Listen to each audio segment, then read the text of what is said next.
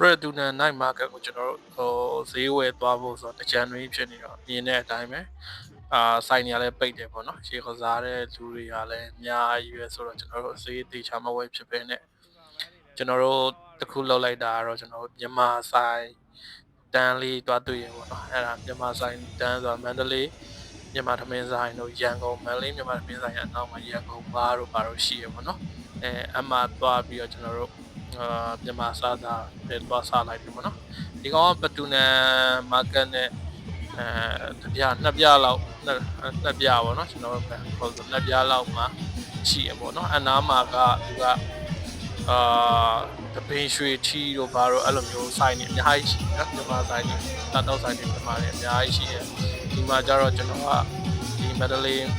လေးကအစားအစာဒီမှာဆိုရိုးရိုးလေးဘာလို့အများကြီးရှိပေါ့နော်ကျွန်တော်ကဒီမှာပေပလာတာတော့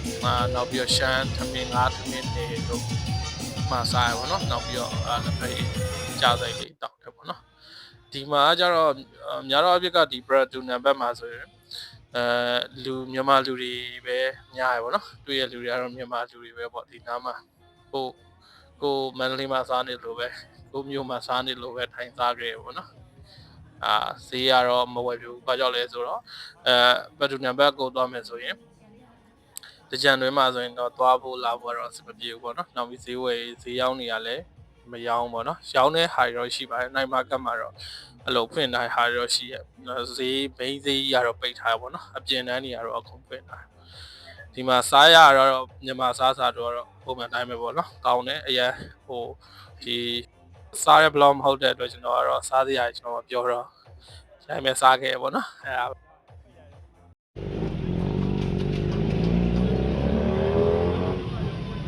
တော့တပင်းရွှေထီ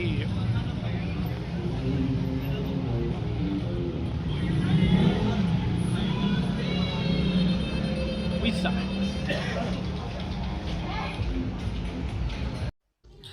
ကျွန်တော်တို့ပြန်တဲ့အထိအောင်မှဒီ Braduna night market နာမှာရေပတာမပြီးသေးဘူးပေါ့နော်သူတို့